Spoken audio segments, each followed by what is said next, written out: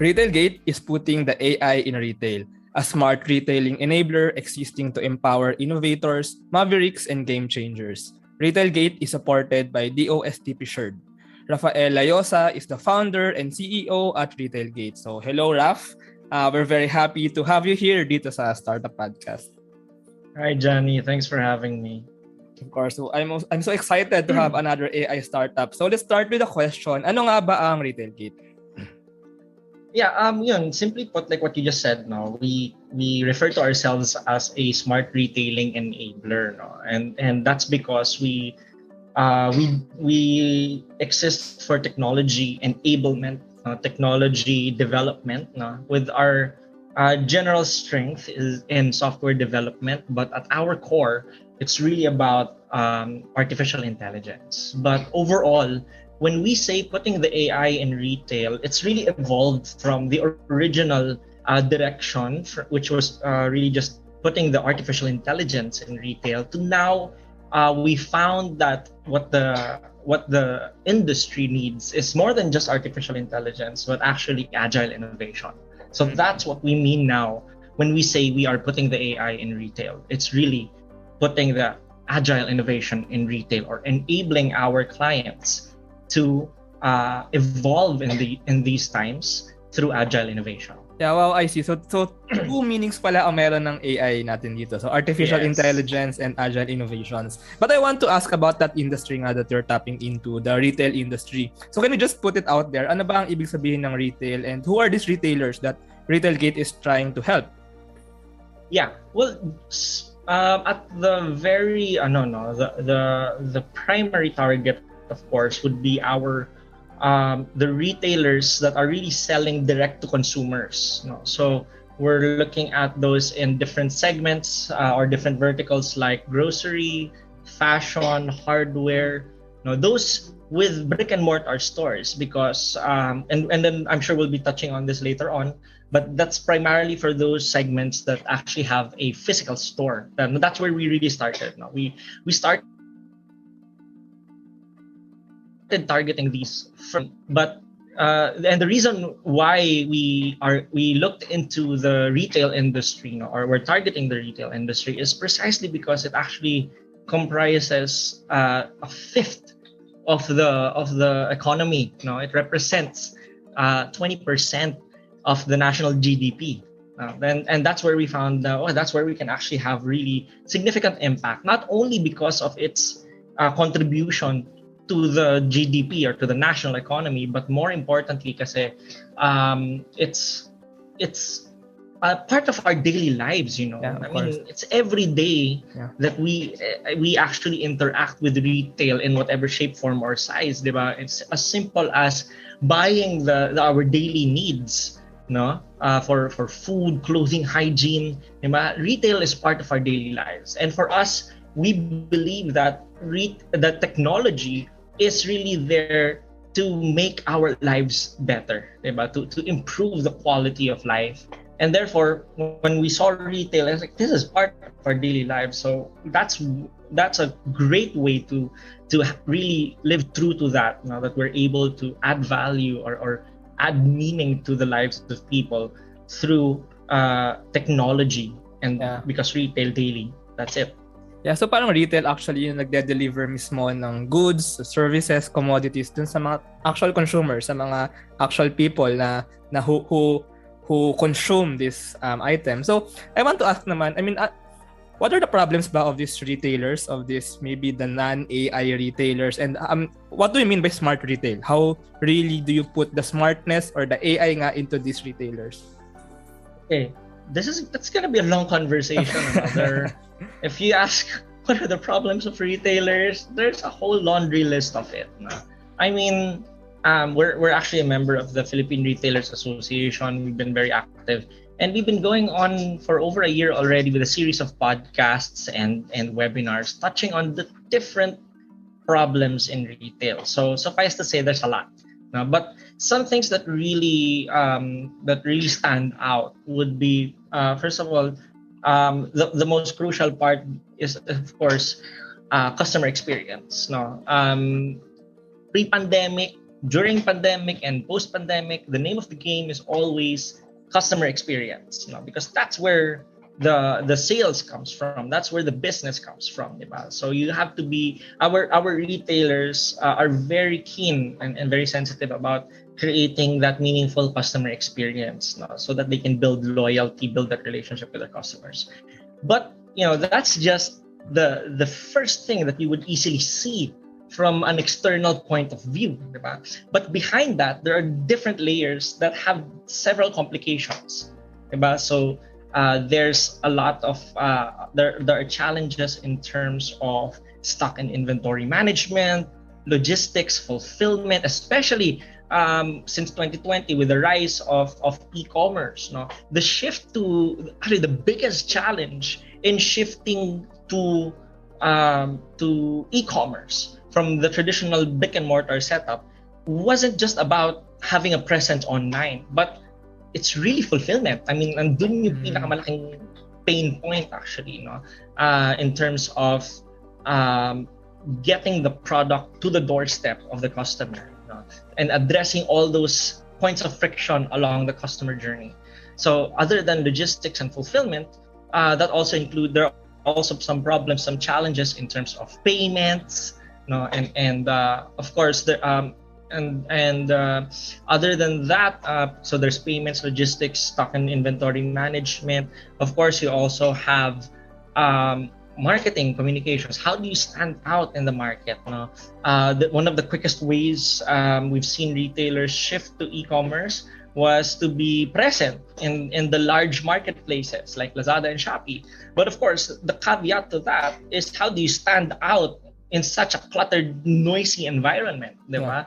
So I mean, each aspect of retail has its own plethora of challenges and issues that has a lot of opportunity then to be solved by technology. Yeah. I want to know more about that kasi you said nga na, I mean, going into e-commerce or basically digitalization is not enough actually for our current retail setup. Kasi I mean, you're on the internet, yes, true na mas malawak yung connectivity, pero if your operations are still poor, I mean, if they're still inefficient, then wala din, diba? So I think it's also, doon din papasok yung like innovations, yung agile innovations maybe, and yung paggamit ng AI into streamlining these processes behind pa. So speaking of that, I want to know naman yung products and services or yung solutions na ino-offer ni Retailgate. I am particularly interested dito sa first na nakita ko, yung EAGLEi. I think it's the use of existing CCTV cameras to analyze in-store shopper behavior. So first, I want to ask, how did you come up with this idea, and how does it work? Okay, so this is a very interesting story. So it started actually, the inspiration actually started in 2015. 2015, I was a marketing intern. I was still a student back then in UP then. I was a marketing intern in a certain alcoholic beverage company, so I'm just not allowed to disclose. But in that stint, our brand manager particularly briefed me on my first day, saying that this is our brand. It's really targeted towards the millennial male drinkers market. That we want to catch them while they're still experimenting. And these are typically the guys that want to veer away from the usual drink of their dads and their titos. As much as I want to name that particular brand, I won't, but I think everyone already knows what brand that alludes to. But so they wanted to position it that way, catch the younger market. And the assumption back then was that the men would start and the women would follow. So simply put, this brand was actually a cocktail in a bottle. So when you taste it, there are hints of sweetness, some sour, and it's it has a significant kick to it. So I have to be very careful with my description kasi baka I'm pretty much spelling out which brand this is. But long story short, that was the direction. But when I was doing my own trade checks in supermarkets, grocery stores, convenience stores, resto bars, I saw the exact opposite happening, wherein the women were the ones actually buying the brand. And if anything, it was actually the men who were copying the women. No, for example, in resto bars, typically we would see a group of men, all of them. It's just the traditional brands. Pero for those tables na merong babae, sila yung merong karga ng brand namin. And even more so when I looked over to social media engagement, 80 to 85% of brand engagement were from women. So sabi ko, there's something wrong here. There's something missing. And that's where the whole gap started. The inspiration. It was for lack of a better term, it was an itch that just left hanging in my mind. And so that was in 2015. In 2016, I took Technopreneurship as an elective in UP. And that's where the whole concept of using technology to track in-store customer behavior came in, to precisely address that pain point that I discovered in 2015. We're blindsided. We don't know what's actually happening on the ground. Yeah. No, and sayang. I mean, brands typically invest huge sums with market research that's being done in the traditional sense. May manual component to it, but then you're missing out on what's actually happening on the ground. So that's where the whole concept really came from. We should capture what's really happening there. Yeah, so it's parang para siyang paggamit nga ng data or pag-capture ng actual data and pag to make the data analysis more efficient, such that improve the marketing, improves yung, I mean, you study the demographics of your consumers and you adjust your strategies, your marketing strategies, and maybe your branding strategies. Yeah, that's a good insight. I have something to share about that. Yes. Although I would have to caution on that note that you just mentioned, because of course there are some intricacies to it, wherein, for example, what you said, demographics, not exactly, because that's still pretty much a gray area when it comes to data privacy. Okay. So incidentally, kasi when we were starting, that was also the time that the Data Privacy Act was implemented. So doon pa lang, we were very cautious already about it. We were consulting with different lawyers, even with the National Privacy Commission themselves. So long story short, demographic profiling on a large scale, in the use case that we do, isn't something that we actually apply because of that gray area. Yeah, it's very true. It's very true actually. It's right. It's actually right to protect the consumer privacy. Yeah, maybe later we can talk more about that. Ano pa ba yung future na applications nito? But I want to ask lang also about chatbots, kasi you also you can also produce chatbots. So I want to ask specifically, kasi ang dami ng chatbots. I don't know, ang daming chatbots na. I mean, chatbot companies. So I just want to ask, if what's the specific innovation that you can really put into your chatbots? I mean, how do you make your chatbot technology different, maybe, or maybe your engagement nito with customers, with clients? So can you share some thoughts about that? Okay, so just to put into context, this was actually one of the things that we had to adopt, as a means to pivot in the time of the pandemic. I see. Precisely because with EAGLEi being designed for in-store marketing implementation, you can imagine how that affected us when lockdown happened, diba? I mean, it simply put, first time ko maka-experience na i-ghost ng clients. Diba? Kala ko sa love life lang nangyayari ang ghosting. Even in business pala. Diba? So, that was a really tough year for us because, and it makes sense. I mean, what's the point of measuring traffic when there's no traffic to begin with? Diba? And that's what the baseline thing that we were measuring. We were measuring customer traffic inside the brick and mortar stores.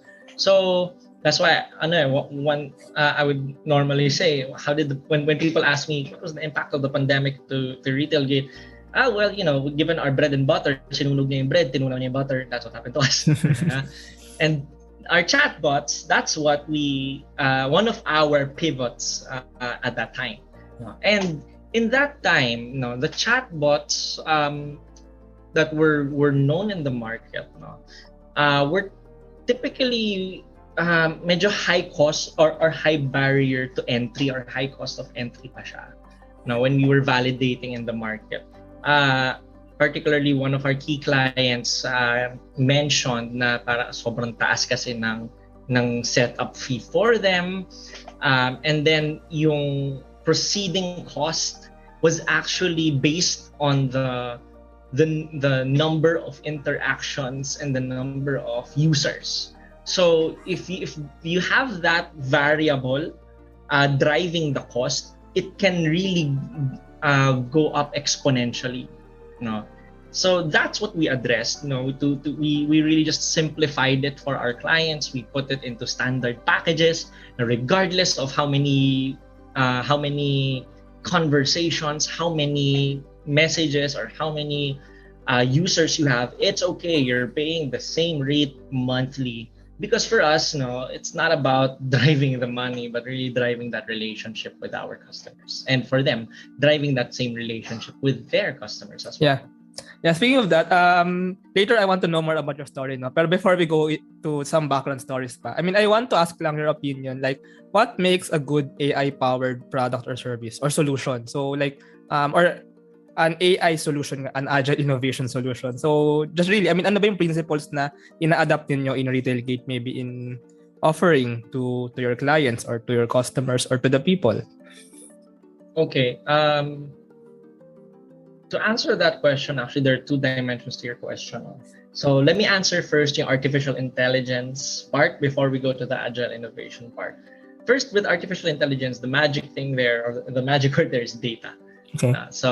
As you would know, artificial intelligence runs on data. That's the fuel of it. So it really matters. It really depends on the depth and breadth of your data, and also the quality of that data. So the basic principle there is garbage in, garbage out. So if the data is corrupt, or if it's messed up, or there are a lot of outliers or unclean data, then that's going to be a problem. Actually, the bulk of the work with AI most of the time is data cleaning. That often takes about 60 to 80% of the time, data cleaning. That's just how tedious it is to deal with data, especially if it's not captured or stored or structured the right way. Yeah. So that's the key thing about AI solutions. Now, in terms of agile innovation, just like with any technology solution for that matter, I'd say it really depends on what is the end goal in the first place. No? What is the end in mind?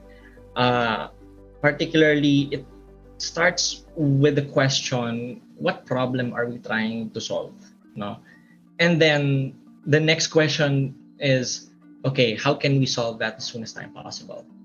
Or what's the first version that we can actually that we can bring out to solve that? And then how can we iterate from there? And that's what it means to be agile, diba? So you want to solve it agad with the first version, then you just iterate to improve, to address other pending issues, and so on and so forth. And that's what it really means for us when we say agile innovation. What's the first version that we can bring out, that we can solve? Simply put, it's aligned with one of the principles, one of my favorite principles from Jim Collins, the author of Good to Great, which is to fire musket balls before cannonballs. So start small muna. Yeah. And really bring it out there. Let it solve the smallest or the most pressing issue first, or the most viable issue first, right? And that's where we get the term minimum viable product, diba? Yeah. So we start with that first, and then we just iterate and iterate and iterate. Yeah, that's true. No? Actually, I think it's better to launch a first iteration as early as possible, or as agile as possible. And then from that, and also based from the clients, what they really want, you iterate based on that. Yeah, I want to ask more about that, like in future plans and products niya pa. Pero let's go muna sa medyo past ulit, kasi you mentioned nga earlier that you were a marketing intern and you took on this Technopreneurship class. But I also just want to ask, when you were a student ba, did you already know that you're gonna be an entrepreneur or a startup founder like this? I mean, I just want to know, to get some background. And like, why retail and why AI? I mean, can you just form the picture paano na buo talaga ito back from your early days? Well, to be upfront with you, no idea. I mean, my original plan in college was to be a CPA lawyer. Okay. Sobrang layo, diba? So, how did it unfold nga ba? Well, it really, the turning point really was when I took that Technopreneurship class. Okay. Initially, it was, I mean, truth be told, alam mo naman in UP, sometimes you just have to get something to make sure you don't go underload. And I found myself at the point that I was really desperate for units. So amazing actually. Yeah. I mean, it's a reality in UP. I mean, for the kids nowadays, I hear they're not going through the same problem anymore. So lucky you. Pang klase yung natin, di ba? University of Pila tayo. Pipila ka pa, yeah, exactly. Pipila ka pa. Oh my gosh. I mean, I've experienced lining up for the whole day. Well, at least not like the others na nagka-camp out pa. Yeah. As early as 7 a.m. That or was 5 a.m. or yeah, I mean, that's on our neighboring college. But at least sa amin, hindi. But, yun. So, sorry, where was I? So, yun, I took that class. Really, more of, keeping my mind open then. Not to say naman that I didn't care, not just out of desperation I took it. No? But I really, when I saw it open up, kasi one of my batchmates posted about it. We could sign up to get a slot. And like, why not? And then when I got in, went through a few of the classes, that's when I started to see parang, this is actually a really good class pala. No? And I was starting to see a lot of value in marrying the strengths of the engineering world and the business world. Yeah. I mean, the very conversations happening in the class, I was seeing that there are gaps on both ends that can be met by the other. Like some engineering classmates of mine in that class, they were alluding to when they were being asked, okay, what's your value proposition? And they were just all boiling down to cost. And me, from a business perspective, I was thinking in my mind, that's not the only thing that you can offer. There are other ways, there are other value propositions you can make, diba? And on the flip side naman, on our side, from the business side, we know what the problem is. We know what the market need is, but we don't know what the engineering solution might have to be, diba? So that's where I saw perfect synergy between the two, diba? Because the business side will take care of really understanding what the market needs, and the engineering side will really solve that problem, diba? So that is where I believe, that's where I found what innovation really means, no? Where you have to draw the line between innovation and novelty, no? Because the sad part is, which we also tackled in that class, a lot of inventions end up being novelty, diba? Because it's not really solving, some of them, not saying all, but some inventions are not necessarily solving real world problems or problems that people are willing to pay for. Yeah.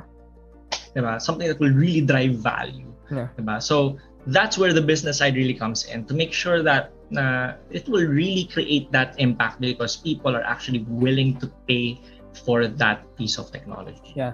And actually, I think that's the problem nga with current academic research, kasi you're just innovating, you're just doing the research, pero putting it on the ground, putting it on actual implementation. I think that's also why I like technopreneurship. And like in startups today, kasi startups are really the ones who put this knowledge, these innovations, this new technology into something that people can actually use. Yeah, and from your... Yeah, otherwise they just end up being stuck in the lab. Which yeah, is exactly. Yeah. Yeah, so from there naman, so how did you go naman to getting the DOST-PCIEERD grant? And then up to now, maybe like, where is Retailgate now? What are you doing now? Okay, so, from that class kasi, My professor in that class, si Doc Louis Sison. I Of don't know if course, he's a Doc Louis. listener Of course, of course. of your podcast, but yeah, si Doc Louis, I really look up to the guy. Of course. He's one of my first mentors. No? Yeah. Louis. He invited at the end of the semester. He invited all of us. No? He had a survey. Do you want to bring it? Bring your the concept that we made in the class. Do we want to really pursue it, right? So I answered yes, I want to, diba? And so nag-follow up siya from there. Turned out kasi we formed a team of 3. Ako lang yung may gustong tumuloy. My teammates ayaw nila. They had other directions to pursue. Okay. So yun, he brought me to the incubator in UP, which was back then still UP Enterprise. Yeah. And yeah, we went through the whole program, and part of that was they introduced us to PCIEERD, who was pretty much starting that program, that grant program back in 2017. And we're happy to say we were very blessed to be actually among the first 5 to have been granted, to have been approved by DOST. Yeah, that's really interesting na. So now naman, so ano na yung ginagawa niyo now? Like ano yung solutions pa na develop niyo for your clients? So can you just tell, I mean, ano ba aabangan namin from Retailgate? What are we looking forward to do with Retailgate now? Okay, so right now, and we, in terms of EAGLEi, so we're still looking into some fixes on that, but also pinupulsahan pa namin yung market, given that like I said, that had a huge the pandemic had a huge impact on EAGLEi. So medyo tulog pa siya, to be upfront. But we've also we're doing chatbots. And other than chatbots, we've also helped our clients in terms of building and improving their websites. We also do some custom software and other custom technology development projects for our clients, including custom platform development. We're also touching on some integrations with some hardware. So there are different things that we are really working on. And some things that we're looking to bring out to the market soon, actually. But of course, I do not want to preempt that. Yeah, of course.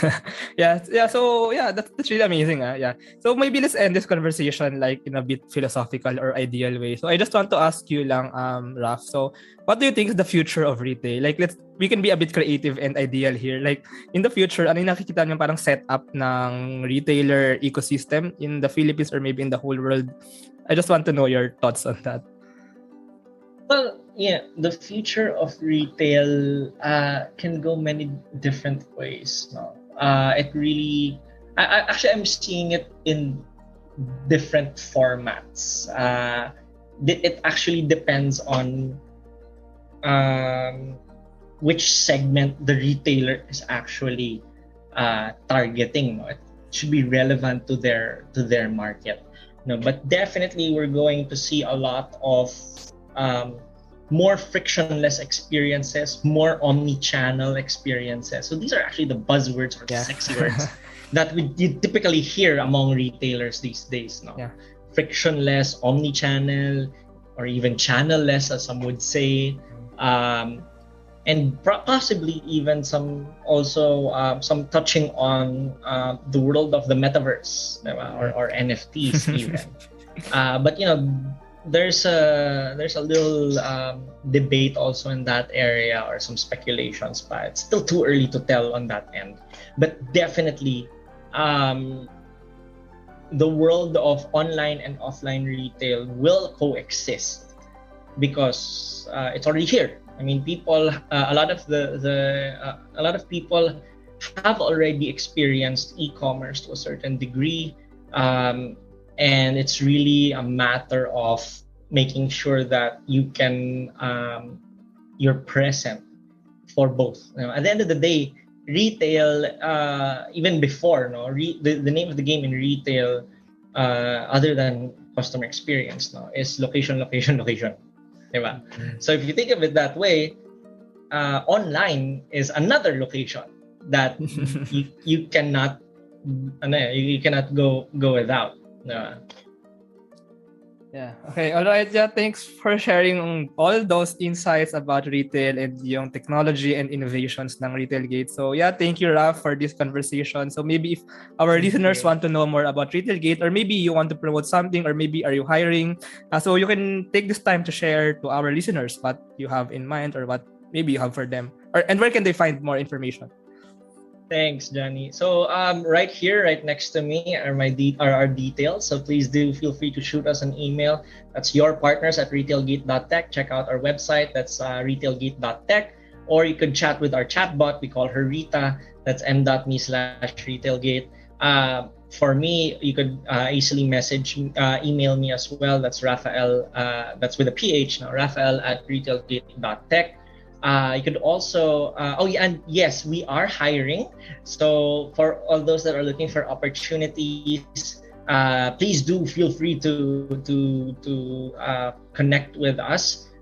We're looking for primarily front-end developers, but definitely we would prefer full-stack developers for a pipeline of projects that we're working on. So please do, especially syempre pag UP graduate, and myself being UP, I bleed maroon as well.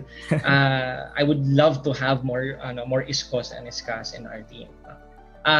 But other than that, you could also catch me on the Philippine Retailers Association. So we have a webinar series and also podcasts wherein I'm also the host. So you could check out the Let's Talk Retail podcast. So that's on YouTube primarily, but we are also starting to penetrate Spotify this year.